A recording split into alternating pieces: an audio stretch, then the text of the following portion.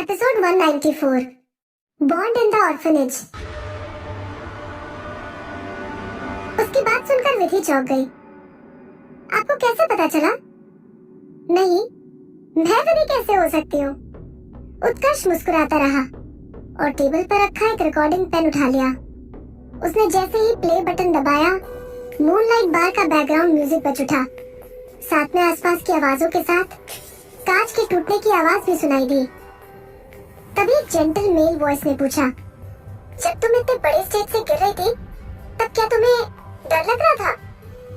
हाँ, मैं डर गई थी, मैं घबरा गई थी, लेकिन इस तरह से नीचे गिरना आरव की कैद से बचकर निकलने जैसा था। मैं आरव के पंजे से छूट सकती थी। उत्कर्ष ने रिकॉर्डिंग पेन को बंद कर दिया और पूछा, क्या तुम और सुनना चाहती हो? विधि ने उसकी तरफ ऐसे देखा जैसे उसने किसी भूत को देख लिया हो। मैंने आपको क्या क्या बताया कल, और आपने इसकी रिकॉर्डिंग क्यों रखी है? Oh my God! उसे तो याद भी नहीं था कि जब वो नशे में होती थी तो उसे सच उगलने की आदत थी। लेकिन वो कल रात इतने नशे में क्यों थी? तो क्या उत्कर्ष को सच्चाई का पता चल गया था? उसने उसके चेहरे की तरफ देखा और वहीं से जवाब ढूंढने की कोशिश करने लगी। उत्कर्ष ने आह भरी, तुमने कल थोड़ी वाइन पी ली थी और मुझे सब कुछ बता दिया। उसने वो रिकॉर्डिंग पेन उसकी तरफ फेंक दिया। अगर तुम्हें मुझ पर विश्वास नहीं है तो तुम इसे सुन सकती हो, लेकिन इसे सुनने के बाद रिकॉर्डिंग को याद से डिलीट कर देना। तुमको ये इंश्योर करना होगा कि ये इतना बड़ा सीक्रेट किसी और के सामने ना आ पाए। और हाँ, अगर कोई भी तुम्हें वाइन या कोई ड्रिंक देता है तो उसे ऐसे ही कभी पी मत लेना। तुम इतनी बड़ी हो गई हो, लेकिन तुम्हें इतनी छोटी सी कॉमन सेंस वाली बात भी नहीं पता है। विधि ने तुरंत रिकॉर्डिंग पेन को कैच कर लिया। उत्कर्ष ने जो कहा था, उसने उसके बारे में एक बार फिर से सोचा और उसे अचानक रियलाइज हुआ, किसी की दी हुई कोई भी वाइन या ड्रिंक नहीं पीना। क्या आपने मुझसे बात करने के लिए मेरा ड्रिंक स्पाइक किया था? उसने उसे देखा और कहा, हाँ। लेकिन क्यों? विधि एकदम से चीख पड़ी। उत्कर्ष ने उसे बताया, मुझे तुम पर काफी लंबे समय से शक था। जब हम पहली बार मिले थे तब तुम काफी हद तक मुझे विधि की जैसी लगी थी। तुम्हारी आदतों से लेकर तुम्हारी सिंगिंग के तरीके तक, इवन तुम्हारी हैंडराइटिंग भी विधि की तरह ही थी। ऐसा लगता था जैसे तुम दोनों को एक ही सांचे में बनाया गया है। लेकिन सच्चाई बहुत ही शॉकिंग और अनबिलीवेबल थी। बस मुझे तुम्हारे मुंह से सुनने की जरूरत थी, इसलिए मैं सिर्फ तुम्हें एक ड्रिंक के लिए इनवाइट करके तुमसे सच्चाई जानने का मौका ढूंढना चाहता था। पहले तो उसने महसूस किया जैसे उसे थोड़ा चक्कर आ रहा है। वेट, आपके कहने का मतलब है कि जब आप मुझे कल अपने साथ कार में लाए थे तब आपने ये सब करने के लिए पहले से प्लानिंग कर रखी थी? हाँ, उत्कर्ष ने कहा। तो वाइन? विधि बोलते बोलते रुक गई।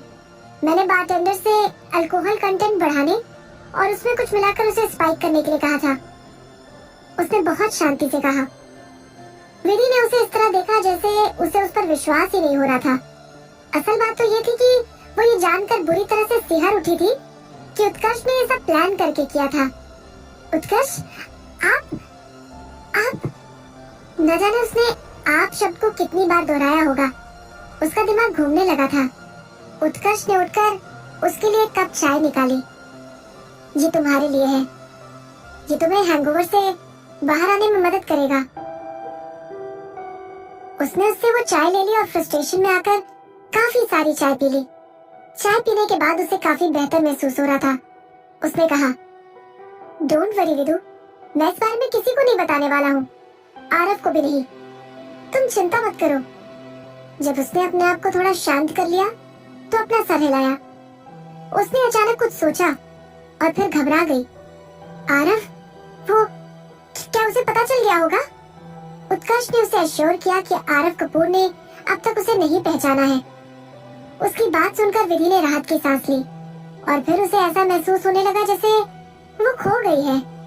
उसे याद आया कि उस साल आरव ने मुसीबत के वक्त बूंदाबांदी के चलते उसे पीछे से गले लगाया था और फुसफुसाते हुए कहा था कि वो अगले 3 जन्मों तक उसका साथ नहीं छोड़ेगा। उसने कहा था, विदु, मुझे कोई फर्क नहीं पड़ता कि अपनी अगली लाइफ में तुम कहाँ हो और तुम कौन हो। मैं तुम्हें भीड़ के बीच में से ढूंढ निकालूंगा और तुम्हें वापस अपने पास ले आऊंगा। लेकिन वो अपने वादे से पीछे हट गया था। विधि ने अपना सर नीचे झुका लिया और अपने कप में गर्म पानी डाला, जिसकी भाप से उसकी आंखें ढक गई। उत्कर्ष ने कहा, विदु, क्या तुम अब भी उससे प्यार करती हो? उसने तुम्हारे साथ इतनी जबरदस्ती की, तुम्हें इतने खतरनाक तरीके से टॉर्चर किया, उसके बाद भी? उत्कर्ष के सामने सोफे पर बैठे बैठे विधि ने अपने पैरों को अपने नीचे कर्ल कर लिया। मुझे नहीं पता, उसने कहा। कर्ष, मैं सचमुच नहीं जानती। तुम नहीं जानते कि उस साल क्या हुआ था, इसलिए शायद मैं कभी भी ये नहीं जान पाऊंगी कि क्या मैं अभी भी उससे प्यार करती हूँ या नहीं। उसके अंदर स्टॉकहोम सिंड्रोम डेवलप हो गया था, जिसकी वजह से ऐसी सिचुएशन फेस करने के बाद भी उसे आरव के साथ एक तरह का इमोशनल अटैचमेंट सा महसूस होता था। शायद लगातार आरव से इतना दर्द और तकलीफ पाने के बावजूद भी उसने उसके बारे में सोचते रहना नहीं छोड़ा था, जिसकी वजह से उसके अंदर स्टॉकहोम सिंड्रोम डेवलप हो गया था। लेकिन एक तरह से आरव फेल भी हो गया था। अब वो कभी भी उसके पास वापस नहीं जाना चाहती थी। वो अपनी पूरी जिंदगी भर के लिए उस मेंटल इलनेस से फिर से कभी नहीं जूझना चाहती थी और उसकी गुलाम बने रहने के लिए तैयार नहीं थी। चाहिए उसका कभी ना खत्म होने वाला प्यार था या फिर ये स्टॉकहोम सिंड्रोम ही था। वो इसका पता भी नहीं लगाना चाहती थी। बस वो अपने अतीत को अतीत में ही छोड़ देना चाहती थी और कभी पलट के भी नहीं देखना चाहती थी। मैं मोहित भाटिया के साथ हूँ। इट्स ग्रेट, उसने जवाब दिया। पहले तो उत्कर्ष कुछ देर के लिए चुप रहा, फिर उसने कहा, मुझे विश्वास ही नहीं होता कि तुम किसी और से प्यार कर सकती हो। उस समय जब तुम और आरव एक दूसरे के करीब हुआ करते थे, तुम लोग एक इनसेपरेबल कपल की तरह थे। तुम दोनों को कोई भी अलग नहीं कर सकता था। विधि को थोड़ा बुरा लगा। वो बहुत करीब थे, सच में बहुत करीब। किसी को भी समझ नहीं आएगा कि आरव उसके लिए क्या मायने रखता था। वो सिर्फ एक लवर ही नहीं था, वो उसकी जिंदगी में एक भगवान की तरह मायने रखता था और वो उसकी पूजा करती थी। वो ही तो था जिसने उसे मायूसी के दलदल से बाहर निकाला था। अपनी पिछली जिंदगी की यादों में उसकी सबसे पहली याद उसके ऑर्फनेज की थी। तब विधि बहुत छोटी थी और वो एक लंबी सी गली में दौड़ रही थी। उस समय रात हो गई थी और बहुत अंधेरा था और उसकी सराउंडिंग्स भी एकदम अंधेरी और शांत थी। पेड़ों की परछाई रात में राक्षसों की तरह लग रही थी, जो उसे देखकर अपने पंजे लहरा रहे थे और उसे देखकर कुछ इस तरीके से मुस्कुरा रहे थे जैसे कि वो अभी जिंदा ही हो जाएंगे। वो रो रही थी और भागते भागते चीजों से टकरा कर गिर रही थी। वो किसी बड़े आदमी को ये बताने के लिए ढूंढ रही थी कि उसकी बहन मुक्ति एकदम नीली पड़ती जा रही है, लेकिन काफी लंबे समय तक चलने के बाद भी उसे कोई भी इंसान नहीं मिला। वो उस लंबी सी गली में खो गई थी और उसे बाहर निकलने का रास्ता नहीं मिल रहा था।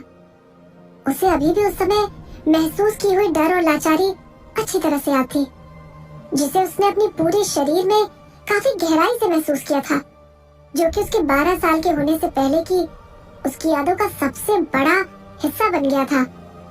उस समय विधि अपनी बहन मुक्ति की बीमारी को लेकर लगातार काफी चिंता में रहती थी। डॉक्टर्स ने कहा था कि मुक्ति को दिल की बहुत खतरनाक बीमारी थी और अगर इसके लिए सिस्टमैटिक सर्जरी नहीं की गई तो वो ज्यादा समय तक जिंदा भी नहीं रह पाएगी।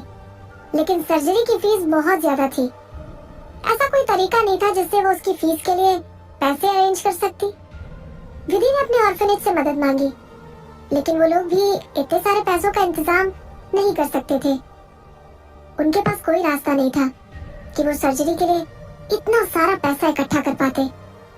ऑर्फनेज के हेड ने उसे सख्ती से लेकिन प्यार भरी आवाज में समझाया, विधि बेटा, मैं समझता हूँ कि तुम्हें कैसा महसूस हो रहा होगा, लेकिन तुम्हारी बहन की बीमारी का इलाज बहुत मुश्किल है और उसके लिए जितने पैसे की जरूरत है वो तो तुम सोच भी नहीं सकती हो। इसके अलावा इस बात की कोई गारंटी भी नहीं है कि हमारे इतने पैसे खर्च करने के बाद भी वो ठीक हो पाएगी या नहीं। विधि बेटा, हमारे लिए तुम दोनों की देखभाल करना काफी मुश्किल है, क्योंकि तुम दोनों के अलावा यहाँ और भी तो कई बच्चे हैं। तुमको दूसरे बच्चों के बारे में भी सोचना चाहिए। अगर हम सारा पैसा तुम्हारी बहन के इलाज में लगा देंगे तो बाकी बच्चों का क्या होगा? मुझे दूसरे बच्चों की कोई परवाह नहीं है, मैं अपनी बहन को ठीक करना चाहती हूँ बस। विधि ने ऑर्फनेज के हेड पर अपना गुस्सा निकाल दिया था। उन्होंने कहा था कि वो अनरीजनेबल हो रही थी और उसे पूरे 3 दिनों के लिए आइसोलेशन में बंद कर दिया था ताकि वो मुक्ति को ना देख सके। जब उसे रिलीज किया गया तो वो बिना नहाए धोए और बिना कपड़े बदले सीधे भागकर मुक्ति के पास आई। उसने धक्का देकर दरवाजा खोला तो देखा 4-5 बच्चों ने मुक्ति को घेर रखा था, जो उसके आसपास उछल कूद कर उसे बुरी तरह से चिढ़ाते हुए हंस रहे थे और नाच रहे थे। उसकी कमजोर सी छोटी बहन मुक्ति ने अपनी आंखें बंद की हुई थी। अपने कानों को ढककर खुद को कर्ल करके कमरे के कोने में छुपने की कोशिश कर रही थी और उसका शरीर बुरी तरह से कांप रहा था। जब वो उसके पास पहुंची तो उसके कंधे हिल रहे थे और वो चुपचाप रो रही थी। जैसे ही विधि उन बच्चों से लड़ने के लिए आगे बढ़ने को हुई, उसे अपने सर पर एक जोरदार चोट लगने का एहसास हुआ। लड़ाई बहुत जोरदार थी। हंगामा सुनकर उनके टीचर्स दौड़ कर आए और उन्हें खींचकर अलग करने लगे। वो सभी खून से लथपथ थे। विधि को उसके टीचर ने अपनी बाहों में दबा कर रखा था। वो उससे छूटने के लिए स्ट्रगल कर रही थी। वो जोर जोर से दूसरे बच्चों पर चिल्ला रही थी और अपने सबसे करीब खड़े एक बड़े बच्चे को लात मारने की कोशिश कर रही थी। वो बड़ा बच्चा उसके इस पागलपन को देखकर दंग रह गया था और डरकर वहीं जमीन पर बैठ गया था। विधि को शांत करने के लिए उन्हें कई बड़े लोगों की जरूरत पड़ी थी। रोते हुए मुक्ति अपने कमजोर शरीर के साथ लड़खड़ाते हुए चलकर अपने हाथों में गंदा सा रुमाल पकड़े हुए, जिसे पहले किसी ने रौंद दिया था, विधि के पास आ गई। उसने बहुत केयरफुली विधि को अपने चेहरे से खून और आंसू पोंछने में मदद की। फिर उन दोनों ने एक दूसरे को कस के गले लगा लिया और एक दूसरे की बाहों में बहुत देर तक रोती रही थी।